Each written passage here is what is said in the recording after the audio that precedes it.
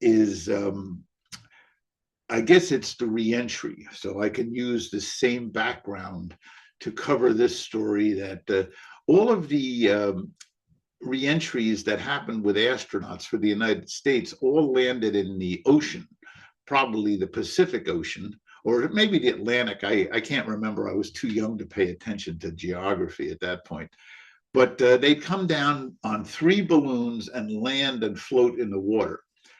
So I said, boy, I want to get involved in space flight. This is great, the new frontier. But I said, I can't do it. After jumping out of the tree and getting shot on the sled and getting pushed in the gladiator pit, I knew that being the stuntman was a short-lived career and could end in tragedy. So instead, I went up to a large discount store that's defunct in my state, and I bought a mouse, a little poor defenseless mouse. But I took care to try to salvage the little fellow to make sure he was fine, because I saw how they were training the astronauts. So what I did, I put him in a orange juice can, and I lined the orange juice can with sponge from like HO race cars that when you bought them, they always had these sponges in. So the whole capsule was cushioned against shock. And then I said, I need to get them up like 2,000 feet and bring them back. So I bought at the same store, they had like $3 fishing poles with little cheap wheels on them. This is when things were cheap, and it was just a pole that you could reel in and out, but you could put a long line on it.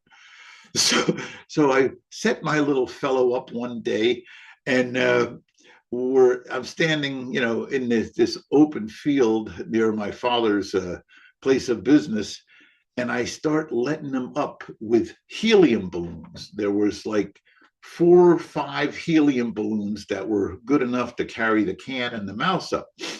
So I'm doing it. I'm sitting there and I'm wheeling it out slowly, and I'm having all these sensations of a Huntley Brinkley report that reported live by Walter Cronkite. There's another manned space attempt going by Bazarro man, if you will. And it's going up, and I'm seeing this thing up, and it's getting up to clouds, and I'm saying, shit, I'm breaking the bounds of gravity.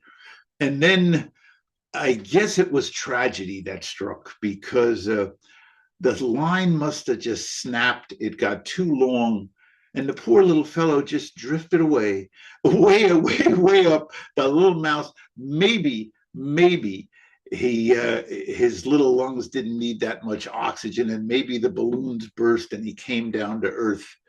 But I might have sent him off to be the first cosmonaut in space to perish in that fashion. So I learned something. Don't do that with kids. Don't do that with yourself. But another lesson. Then at the same part of this, there was, so that was the reentry part of the story.